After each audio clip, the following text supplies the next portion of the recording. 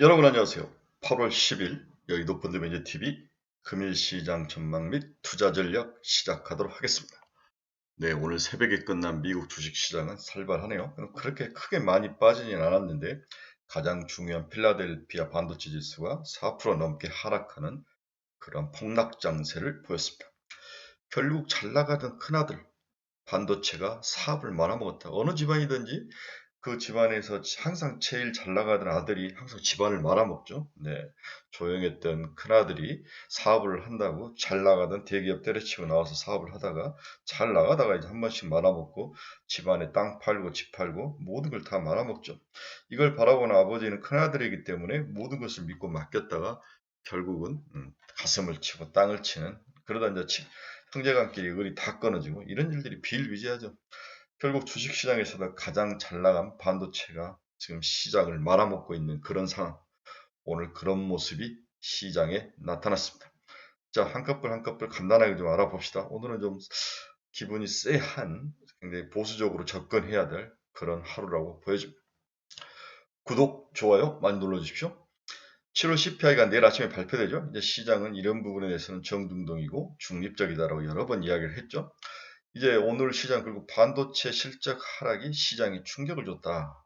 어제는 엔비디아, 오늘은 마이크론 테크놀로지 이 두 종목이 전체적으로 필라델피아 반도체 관련 종목들에 영향을 미쳤습니다. 오늘도 치열하게 개별 종목 장세가 예상이 되는데 시장은 그렇게 지수적인 측면에서는 긍정적으로 보이지는 않습니다. 따라서 새로운 모멘텀이 필요하다. 이 베어마켓 랠리를 한 단계 더 이끌어갈 모멘텀이 필요한데 모멘텀이 거의 나타나지 않죠. 네, 러시아는 이제 가스관이 아니라 이제는 석유관만 더 잠가버리는 그러한 사태, 이러한 어려운 시간이 전개되고 있습니다. 금일 미국 주시장 한번 봅시다. 다우는 뭐 굉장히 작은 변동성이 자주 나타나는 그런 모습이 나타납니다. 나스닥은 한번 하락한 이후에 바닥을 찍었지만 이걸 살짝 극복하면서 올라오긴 했지만 여전히 마이너스 1.19%로 장이 마감됐습니다. S&P 500는 0.42%로 마감이 됐고요. 전일 저녁에 끝난 유럽은 영국은 0.08% 상승, 프랑스는 0.53% 하락, 독일은 1.12% 크게 하락하며 장이 마감이 됐습니다.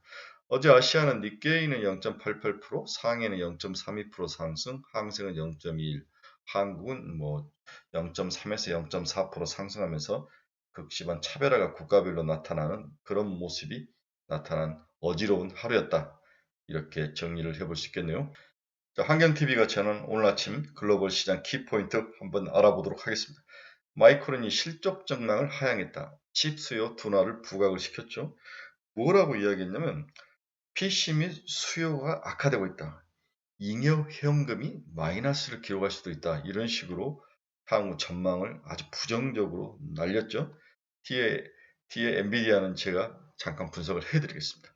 이게 이제 시장에 크게 영향을 미치면서 주로 반도체 장비주의, 램 리서치나 AMAT, 어프라이드 머티리얼스 이런 애들이 유탄을 막는 그런 모습을 보였는데 여기에 2차 전지까지도 뭐 2차 전지는 이제 아시다시피 우리 인플레이션 감소 법안에 2차 전지도 포함이 안 될 수도 있다.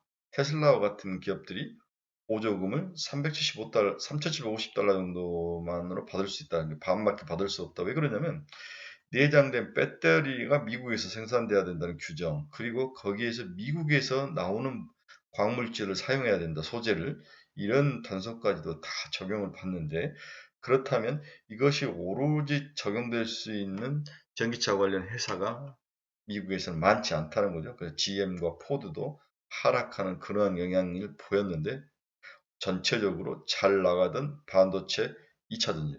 반도체는 원래 못 나갔죠. 최근에 굉장히 어려운데 잘 나가던 2차 전지마저도 한 대 얻어맞았는데 장 막판에 살짝 돌려서기는 했지만은 일단 오늘은 그렇게 쉬워 보이진 않는다. 그래서 2차 전지하고 반도체 이 두 가지 큰 핵심 섹터가 시장에 전반적으로 주가 지수를 짓누르는 그런 부정적 요인으로 작용을 했다. 이렇게 볼 수가 있습니다. 특히 테슬라가 6월엔 7만 8천 대를 생산을 했는데 7월은 2만 8천 대로 생산량이 중국에서 확 줄어버렸죠. 이런 것들. 그래서 중국 봉쇄의 영향이 좀 크게 나타나는 모습이 나타나는데 어려움이 지속되고 있는 모습은 우리 시장에 부정적으로 보입니다. 오렌 버핏이 옥시덴탈을 약 670만 주를 추가 매수했다. 근데 오렌 버핏은 이런 인플레이션이나 원자재 문제, 에너지 문제가 오래 갈 거라고 생각을 하는 것 같아요. 그리고 더 이상 세계 어느 나라도 이제는 석유에 투자하는 글로벌이 나타나기 힘들다. 즉 과점할 수 있다는 그 가능성, 기존의 멤버들이 과점, 이 오렌 버핏이 제일 좋아하는 예, 과점, 이게 이제 시장에 나타난 이게 옥시덴탈을 보았던 것 같아요. 바이든은 2,800억 달러 규모의 반도체 지원법을 서명을 했는데 반도체가 문제를 일으켰는데 결국 반도체의 저는 실적 악화가 오래 갈 거냐 아니면 다시 빠르게 돌아설 수 있을 것이냐 여기에 대한 판단이 필요한데 일단 어려움 속으로 당분간 이어질 가능성이 높아 보인다는 점이 쉽게 돌아서기는 어렵다 이렇게 판단이 됩니다. JP모건이 주식 대신 원자재에 주목을 하자. 골만삭스하고 JP모건 미국의 IB들이 원자재에 대해서 이야기한다는 것은 팔고 싶다는 이야기죠. 자기들이 가지고 있는 물량을 털어내고 싶다. 꼬시는 거죠. 이런 말들은 믿지 마시기 바랍니다.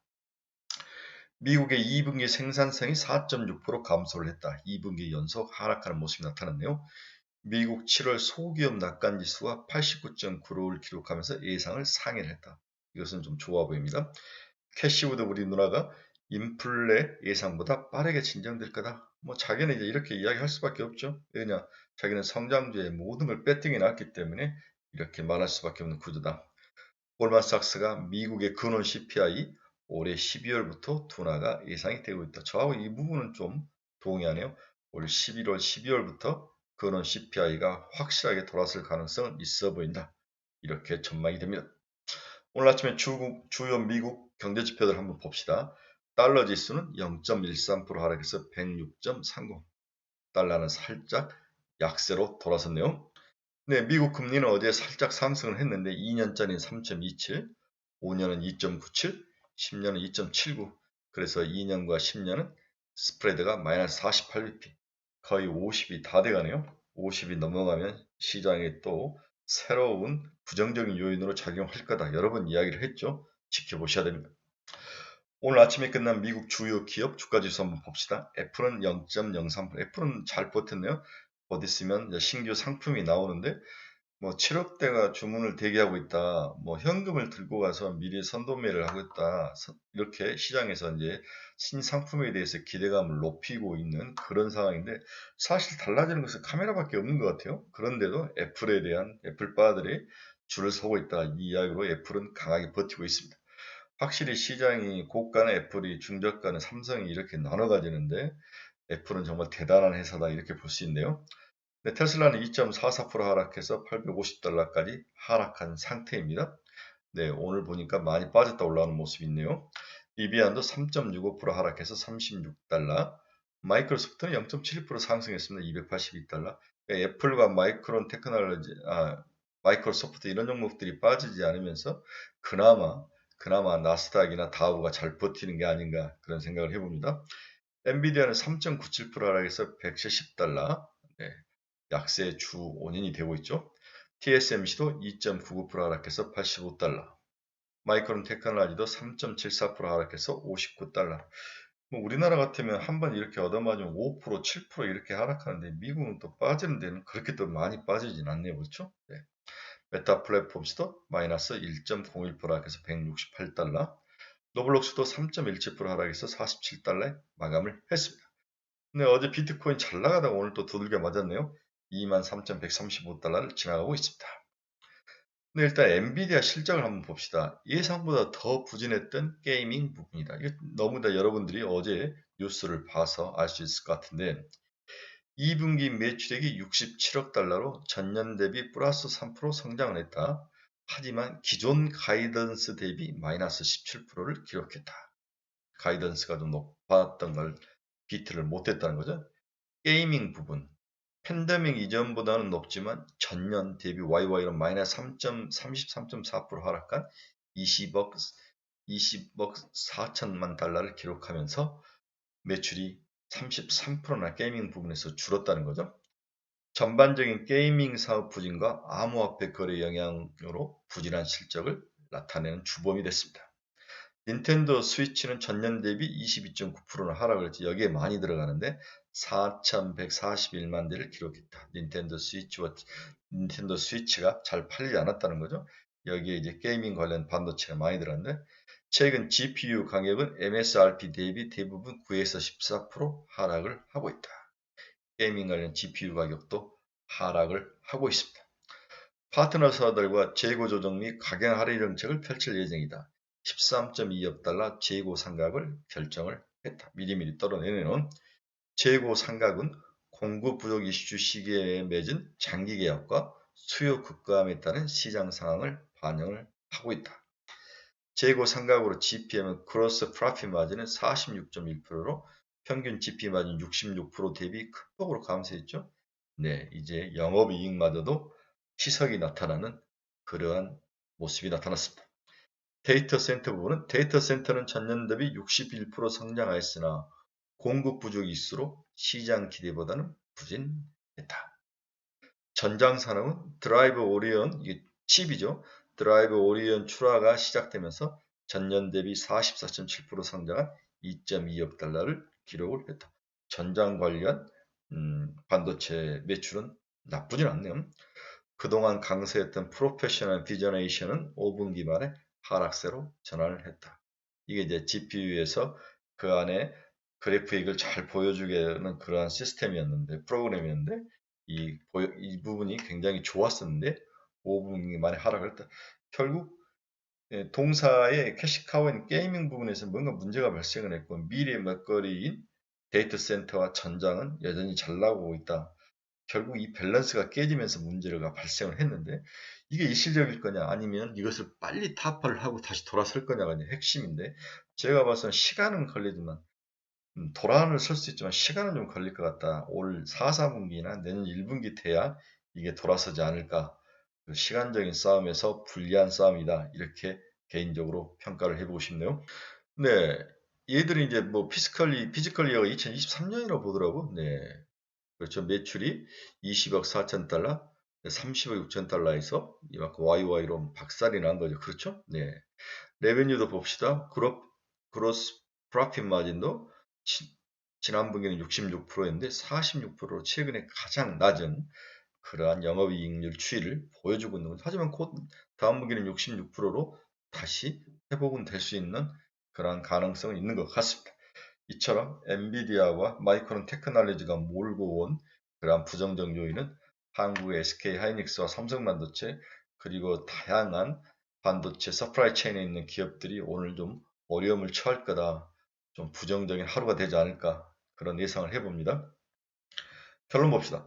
반도체 분야에서 실적 쇼크는 전체적으로 우리나라 시장 및 특히 성장률 전반에 대한 조정이 나타날 것으로 전망이 되고 있습니다. 여기에 치포란 돌발 급여수까지 더하면 오늘은 반도체 관련 종목들이 지수 하락을 이끌 주요 요인, 부정적인 요인으로 보여집니다. 문제는 이러한 반도체 전반의 부진에 대한 탈출 가능성이 쉬워 보이지 않는다는 점이죠. 시간이 좀 많이 걸릴 것 같습니다. 저희들은 올 하반기부터는 반도체 관련 기업들이 소재, 공정, 후공정 모두 탈출을 할 거로 보고 있었는데 이게 쉬워 보이지 않는다는 게 우리나라에서는 주식시장에서는 굉장히 마이너스 요인이죠. 우리가 지금 늪속에 빠져서 돌아서지 않는 게 지금 반도체 분야인데 따라서 현재 바이오, 2차전지, 방산, 조선, 그린에너지가 어저럽게 순환매로 매일 들었다 나갔다 하는 장세가 지속되고 있는데 이 5개 섹터를 중심으로 포트폴리오를 지속 유지하는 전략에는 특별한 방법은 없어 보입니다. 그런데 오늘 2차전지가 살짝 기세가 날 확률, 이 부분이 좀 두려운 면이 있습니다. 여러분 앞에서도 얘기했지만 인플레이션 감소 법안에서 소외받을 확률, 수혜를 못 받을 확률, 내장된 배터리가 미국에서 생산돼야 되고 거기에 들어간 소재도 물질도 미국에서 생산돼야 된다. 어느 정도 수준을 이 부분을 충족하지 못하면 보조금이 줄 것이다. 이런 이야기들이 시장에 나오고 있는 거죠. 자, 정말 지금부터는 플러스 10% 이상 올라온 종목들은 과감히 30%씩 덜어내는 전략. 생각보다도 베어마켓 랠리를 위로 끌어올릴 요인이 많이 나타나진 않다. 눈에 보이는 게 없다. 이것들이 베어마켓 랠리가 서서히 또 혹시 저물어가는 게 아닌가 그러한 생각도 좀 해보네요. 일단 30%의 현금 마련이 필요한 시기이다. 이렇게 결론을 내볼 수 있는데요. 네, 비 피해로 정말 어려움이 많습니다. 저는 강남이 그렇게 어려움이 있었다는 걸 어제 뉴스나 그다음에 유튜브를 보고 알았는데 많은 피해들이 있었는데 좀 우리 친구들은 그런 데서 좀 벗어났으면 좋겠습니다. 이럴 때일수록 건강 관리, 또 정신 멘탈 관리 잘 유지하시기 바랍니다. 여러분 즐거운 수요일입니다. 오늘도 가지고 있는 종목이 늪속에서 좀 빠져나와서 대박나는 그러한 하루가 되기를 간절히 바라봅니다. 여러분 감사합니다. 내일 아침에 봬요.